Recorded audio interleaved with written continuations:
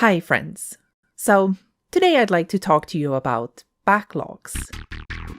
If you've spent any time talking about video games with people, you've most likely stumbled upon this concept before. A sort of symbolic playlist queue for games you intend to play in the future, because for one reason or another, it just hasn't happened yet. It's an innocuous little idea that rightfully shouldn't be taken too seriously. However, as you've likely also noticed, it is quite a pervasive source of anxiousness and displeasure, as these lists have a bad tendency of growing out of control with no feasible chance of being finished in a timely manner. Straight up, there is a palpable overfixation with backlogs in the video game space, to the degree where it has largely been taken for granted to become a regular part of the community vocabulary. It is through this normalization that I've recurringly heard an irksome statement that always rubs me the wrong way. Everyone has a backlog. And I guess because of that notion, I have to come clean with a kind of hot take confession for today's discussion. I don't have a backlog. And I don't think you should have one either.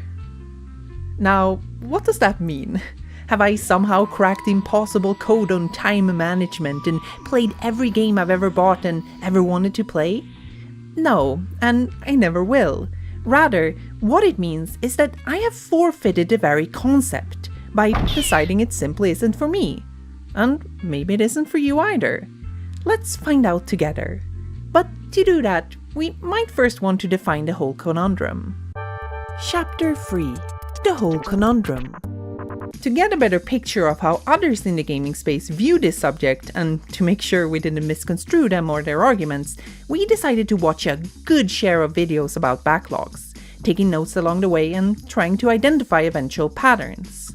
Our sample was probably larger than necessary, including both big and small creators alike. Essentially, whatever we stumbled upon once the elusive algorithm decided this was our new favorite subject. Predominantly, we noticed two main categories for these videos: tips for how to overcome the backlog, and the disjointed journey of someone playing through their backlog, which is basically our peculiar framing for their journal. For that reason, we prioritized the former, since we figured tips and discussion around the concept of the backlog would be more relevant for our note-taking. Granted, solely listening to people who are concerned enough about the backlog to talk about it in video form will no doubt skew the perspective, and definitely make it seem like a bigger issue than it really is. We're not immune to this bias either, as we are also giving the subject considerable weight through this video. Is the backlog that big of a deal in the grand scheme of things? Maybe it isn't, and we're just blowing things out of proportion. Honestly, I'd hazard a guess that most regular people are probably not that preoccupied with the backlog as a concept, or worried about it as a dilemma. Mind you, that's nothing but a guess. But I don't think it's too preposterous to assume there's a whole other side of the conversation that remains unspoken out of sheer disinterest. Because, really, who gives a dang, man? And that's part of our point. The backlog, as we will define it now, is a patchwork amalgamation of the people having trouble with it, because those are the ones who actively talk about it.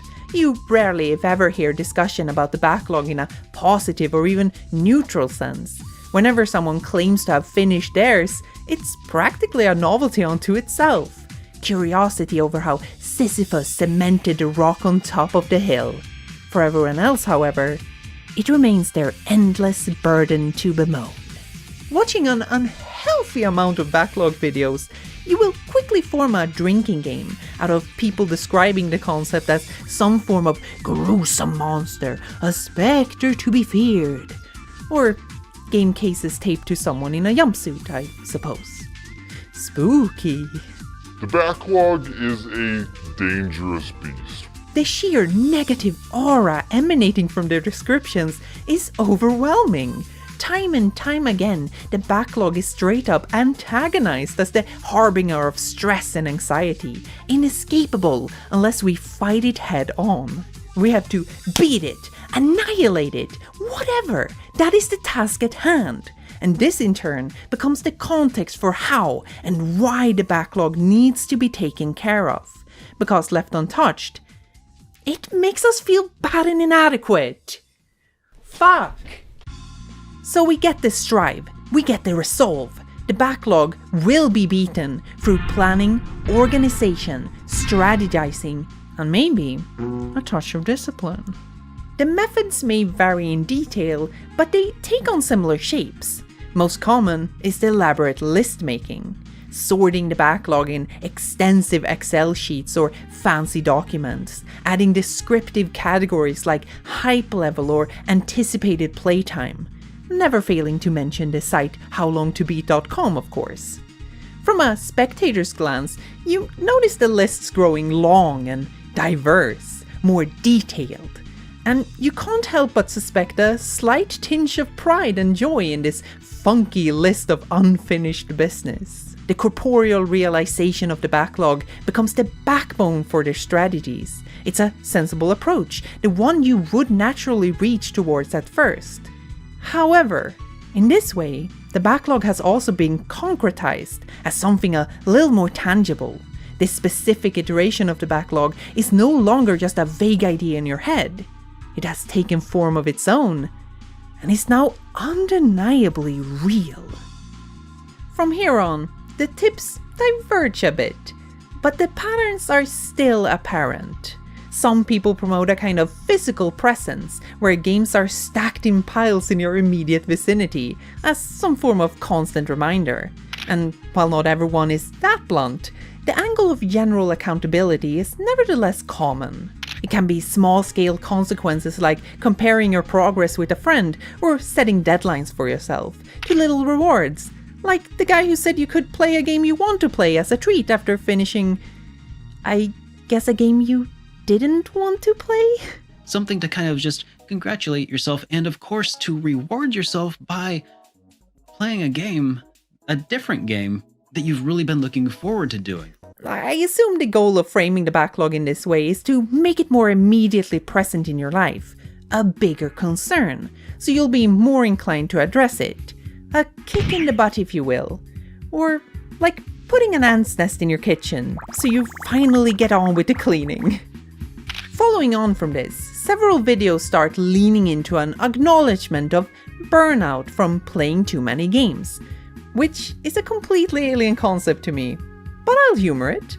Their solution is usually to stress the relevance for variation, telling viewers to not play the same kinds of games or else everything will blend together and become stale.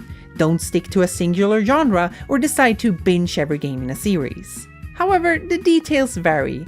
Some encourage you to play many different games at the same time, while others are adamant that you only focus on one so you don't get distracted.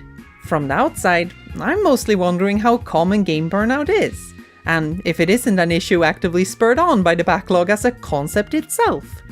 Like, would these guys be as concerned about burning out on games if they weren't on an extensive mission to play lots of them?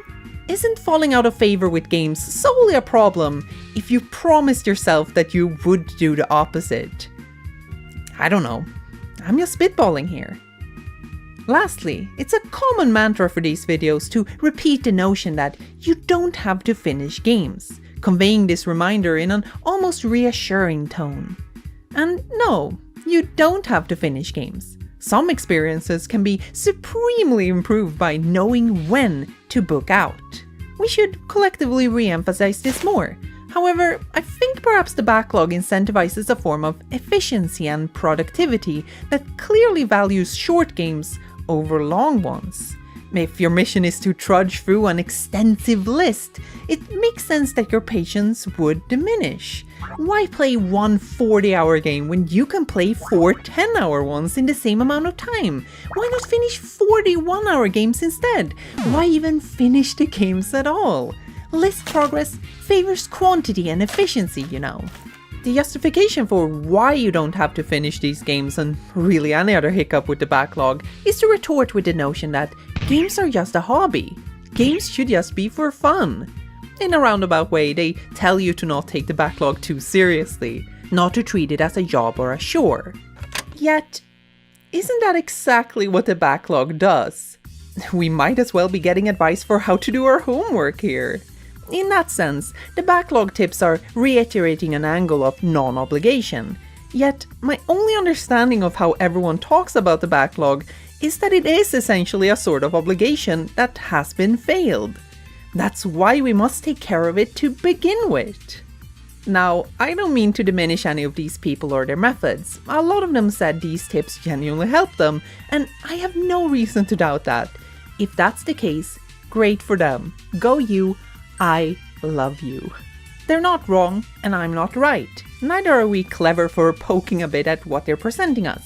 I'm simply using them collectively to present some recurring patterns from which I want to break away. Because overarchingly, I can't help but feel like everyone's a bit miserable. Despite the strives, strategies, and victories in overcoming the backlog, the problem of the piling mountain of obligation still looms large. The issue is never addressed at its core, and nothing is ever solved. And you might say that the backlog is just for fun, but considering the monster metaphors and constant talk of anxiety, I don't get that impression. From what I've seen, everyone remains adamant about maintaining the backlog's integrity as a concept. They always play by its rules. Maybe because it didn't strike them that the alternative was remotely possible.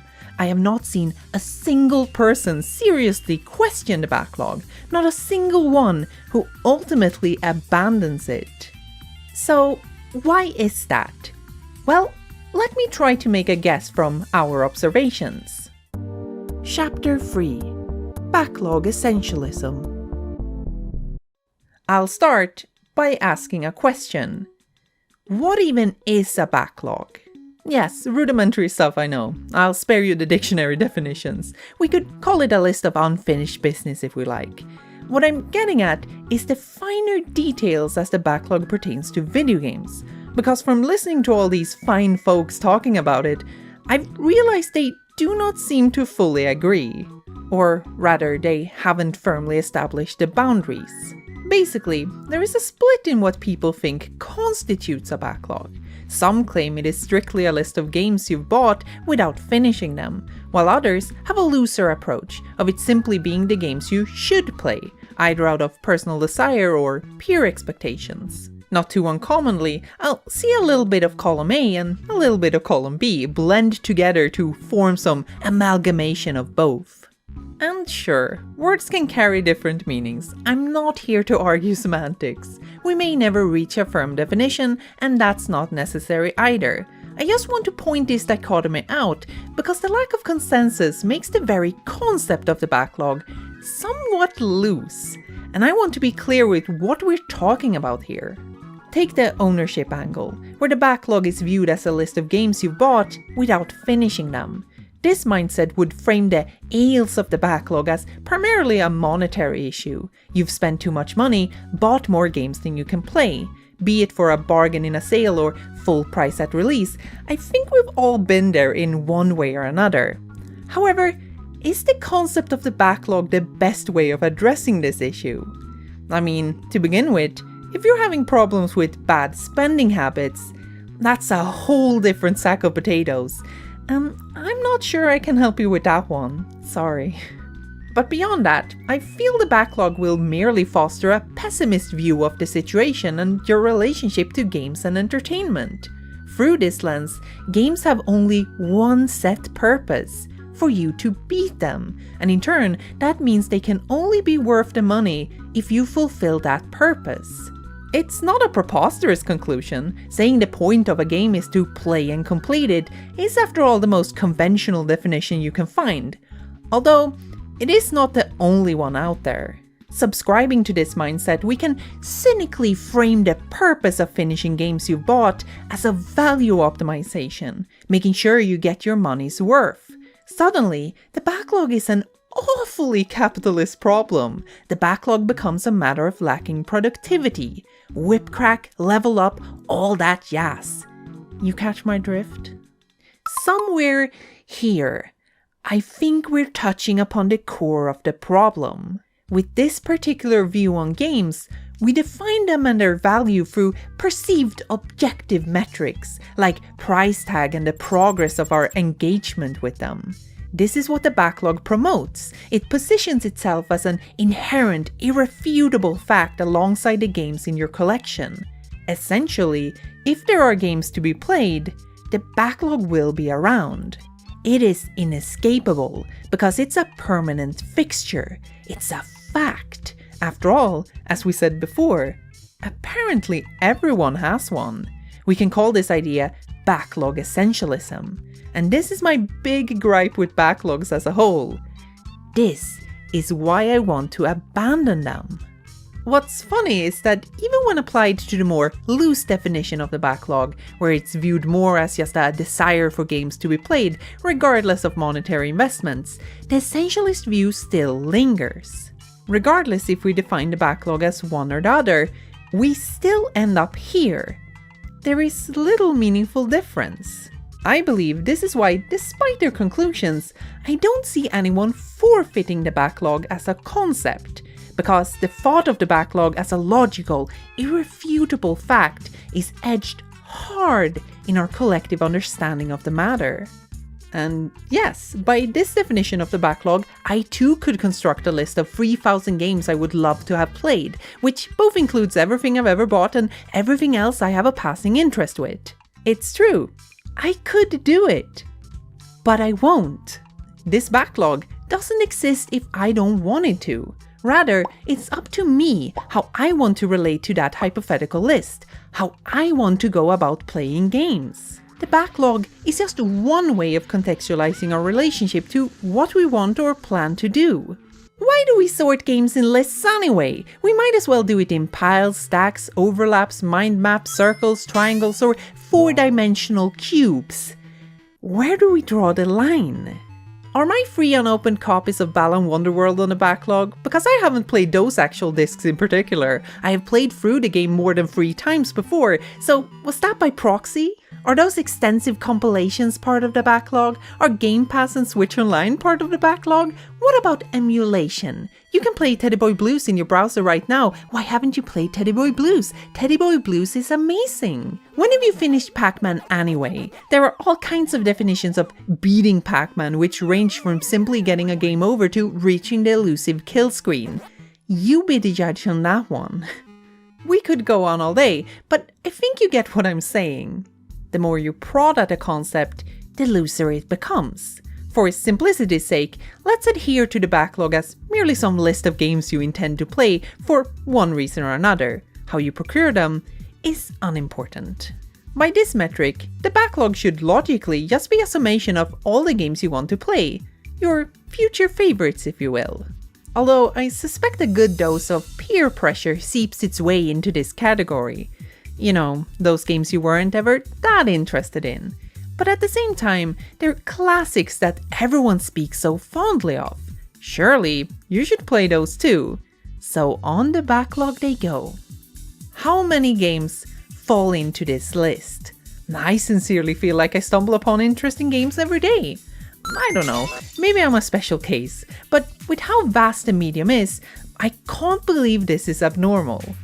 Given the time, I'd love to acquaint myself with the vast array of games that intrigue me. I'd want to give patience and respect to games that maybe aren't my cup of tea, but have important places within this culture. I'd even be ready to delve into some duds, to fully explore them inside out, and better appraise where I stand on them.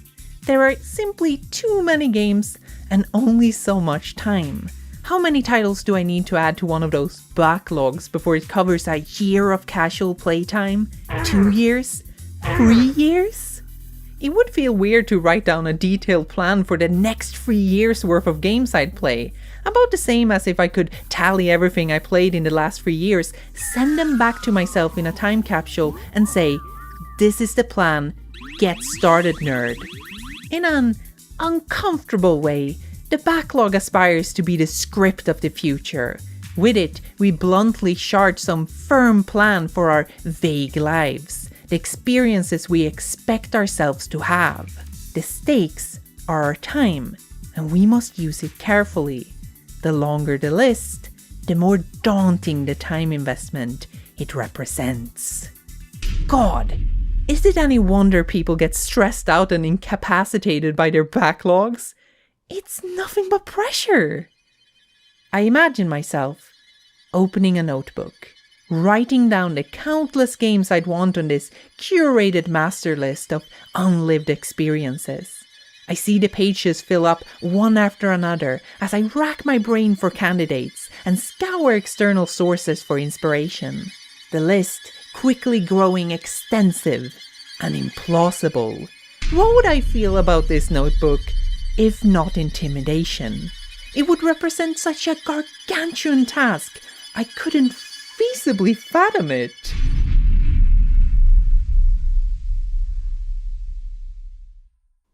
Why should we turn this into nothing more than a chore? Why make silly piles that makes us feel bad in their stagnation? Why would we convert entertainment into obligation? We took the cumulative engagement of a lifetime and expressed it as a mundanely ordinary task, one that we then feel a little strange for not being able to accomplish. It is true, you will never finish your backlog, even if you were to complete it as it stands now. In the process, you would unavoidably foster such an increased knowledge and curiosity of the medium that an equally long new list would take its place, because it grows alongside you, and in the end, it will still be larger than you. One day, you will disappear, with so much left unsaid and undone. And that's okay. In fact, it's good, because it means you will never run out. Don't let it bring you down. Allow yourself the weakness of not seeing and doing everything. Let yourself be incomplete. Only then can we move on to what truly matters. Video games. Video games? What a senseless thing to do with your life. Chapter 3. This is an Earthbound bit, by the way. You would get it if you actually sat down and played through Earthbound for once. Alright, with everything we've said so far in mind and out of the way, let's elaborate what our view is on this matter, and then move on to some potential solutions, if you can call them that. Straight up, to us, the backlog is clearly a social construct. It's performative, as much a game as the games it contains. It only exists so far as we allow it to. We maintain its integrity by believing in it and adhering to its rules. Sure, we can argue its inherent status through firm metrics like the number of games we bought without having finished. Yet, that doesn't make the backlog more real, so to speak. It is merely one of many ways to contextualize that metric. Let's put it this way. When you were, say, 5 years old, you most likely weren't concerned about your backlog. Not because you had less games to play, but because you had no context for this way of thinking. At a certain point, someone taught you the word backlog. And with it, you learned how its model values efficiency, how it controls through guilt. But you don't have to subscribe to the backlog.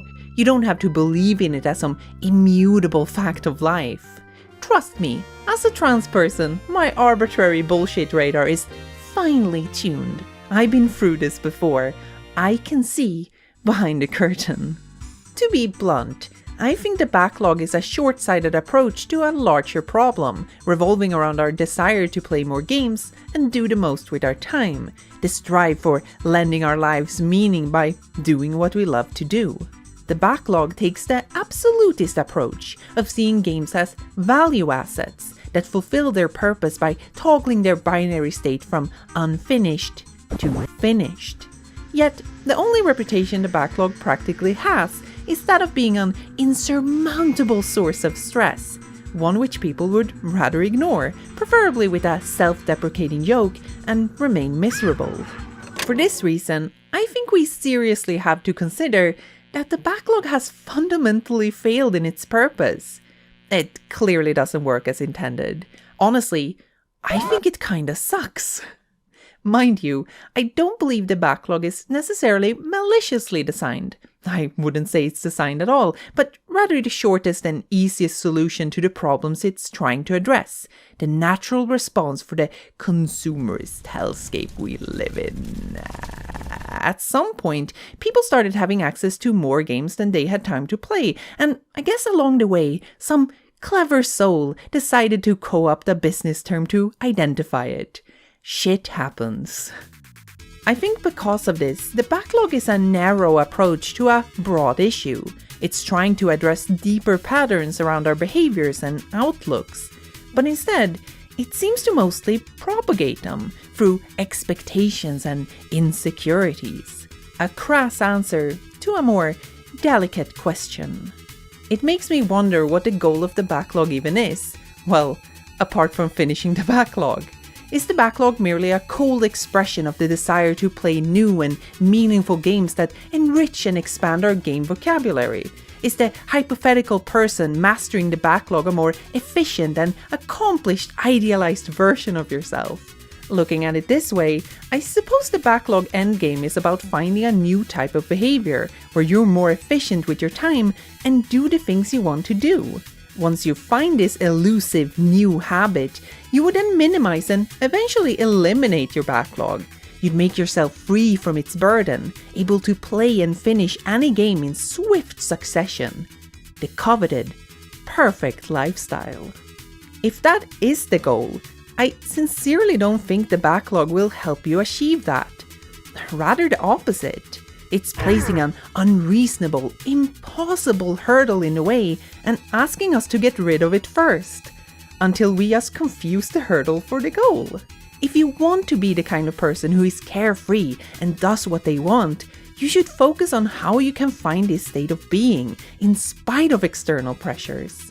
Because, as we've stated earlier, you won't be running out of games. So, how do you get on top? How do you free yourself today? What is stopping this from happening? Maybe it's the idea of compiling your perceived shortcomings into a list of obligations, because I think you have it in you. I believe in you. And I know, it can be hard to flip your perspective so suddenly, but let's at least give it a try. So, if you can't let go of the idea of the backlog, if the thought of those piles and lists of unfinished games still weigh you down, if you cannot find peace until they're gone, I will bless you. In fact, send the video link to your friends so I can save them too. Okay, here goes. Hocus pocus, abracadabra. There, you are now absolved of your backlog. It's done. It's gone. You don't need to do it. You have been personally excused from ever dealing with it again. You're free. Now, what do you want to play? Chapter 3. Reverse the polarity of the Neutron flow. I don't think the backlog ever fully applied to me. I never really got it. I always felt like it targeted some other person with a completely different perception and relationship to games than mine. Someone who played games for the sole purpose of beating them and only owned a dozen or so. The backlog clearly favors a certain kind of game, with firm endings and accommodating challenges, perhaps of the more modern tilt. But what about those games that have dubious endpoints, or the ones that are so hard you know you will never beat them? Where do we draw the line? The first time I heard about the concept of a backlog, I couldn't even figure out how it would apply to me. Between emulation and Steam commodification, the last time I had a comprehensible and practical semblance of a backlog, I was in elementary school. I don't know the limit of the games I want to play. I'm not bored enough to count. Do I intend to beat every game I sit down with? Not at all. When I buy a game, it's not always to be played. It can be because I enjoy its paratextual presence, or maybe I just want to support the creators. I don't see a collection as obligation, but more akin to a library, an open selection of possibilities. Generally, I'll play whatever befalls me in the moment, and that's that. Mind you, this doesn't make me perfect or somehow better than others. It doesn't put me on top of anything. It merely means I had another outlook that made me aware I was indeed approaching this from a different angle. Like everyone else, I also felt I had a problem with inaction, leaving games unfinished, or simply not spending my time doing what I actually wanted to do. At the end of the day, I too had the same core problems. I just never contextualized them through the backlog. And because of that irregularity, I sought out other paths and ended up finding an alternate solution to my problems. So, despite our better judgment, we'll do like so many before us and throw our hat in the ring, giving you yet another tip for how to tackle that backlog by abandoning it for something new. Hopefully it won't be too demanding. The method is deceptively simple. It is nothing more than taking the idea of the backlog and flipping it upside down. A reverse backlog, if you will. What we're suggesting is that you get rid of the long list of unfinished obligations entirely and instead focus on cataloging what you've actually played. Make a journal of what you've done. Create a blog perhaps. You could implement it in many different ways, but for us, the big aha moment happened in early 2023 when we started one of those media threads on Twitter. Essentially creating a space where you log anything you've played, watched, read, listened to, etc. It wasn't more than a little blurb of our thoughts, but in time, it quickly became a habit.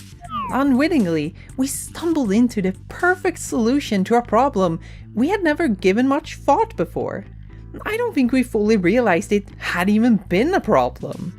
Because as we started filling out this log, we were encouraging ourselves to finally sit down and play all those games we've been meaning to play for years, always excused with a "not today, now's not the time."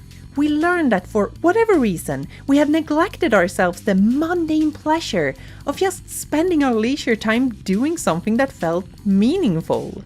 And to not get the wrong takeaway here, no, we're not saying you should specifically go and start a media thread on Twitter. You shouldn't even use Twitter. That was simply what we fell into, and the public approach worked well enough for us, because it indulges our obnoxious sense of self-importance. Maybe one person out there finds our little takes interesting. I don't know. If you don't want to expose yourself to the world or leave your writings in the hands of shitty billionaires and sewage-spewing corporations, you could find any other approach that works best for you. Keep a private document, make audio logs, draw little doodles, give yourself golden star stickers, or why not fill out an old-fashioned notebook? It's not too important how you do it. The point is that we're engaging with a method that prioritizes what we do over what we haven't done. Throughout the research process for this video, we recurringly noticed a curious pattern. Making lists is apparently fun. In regards to the backlog, most people seem to express this joy in fleshing out their backlogs. They seem to take pleasure in adding little categories and decking out the lists with more entries. Maybe even making it look quite fancy and lavish.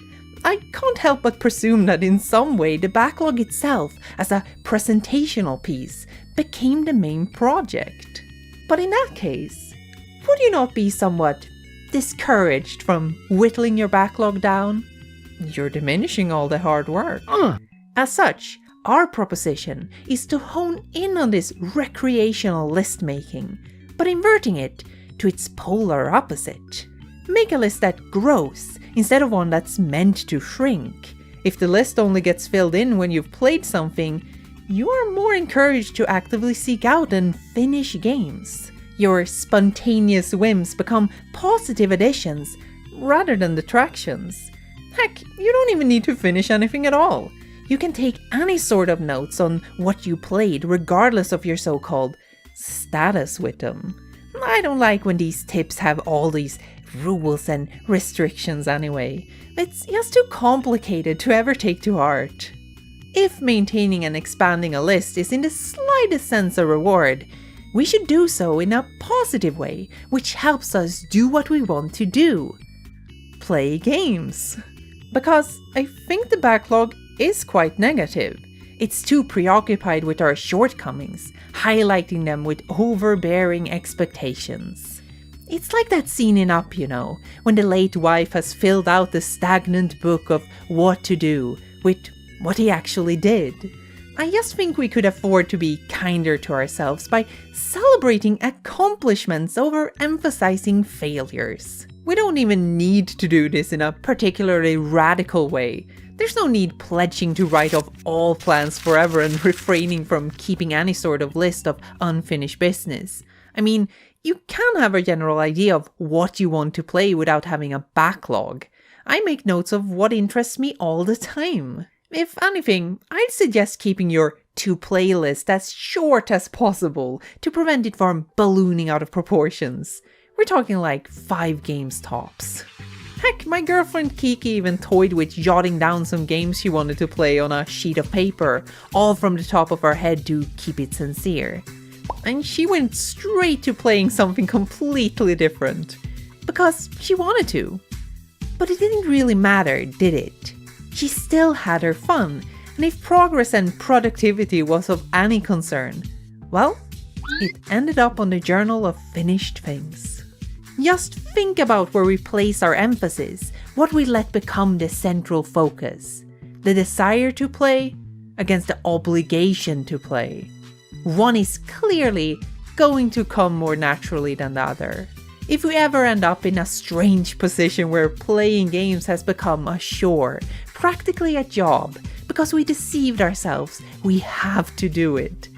I think it's time to step back and reevaluate. What do we want to get from our hobbies? What is the reason for why we do the things we like doing? So, once more, I don't have a backlog.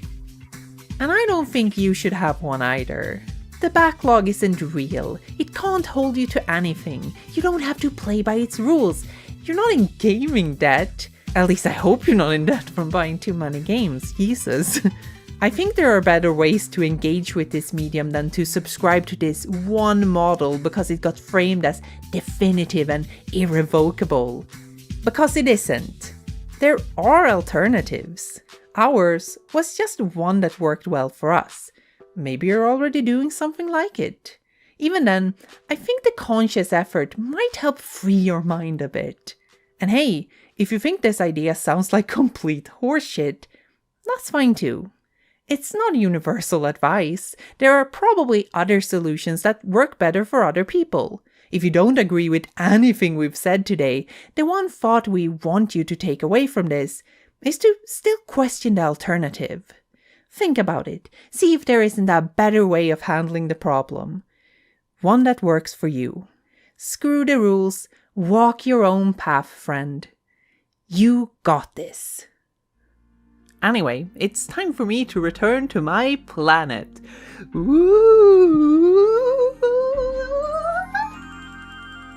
Well, looks like Alicia went off to Venus or something, so I'll just take over.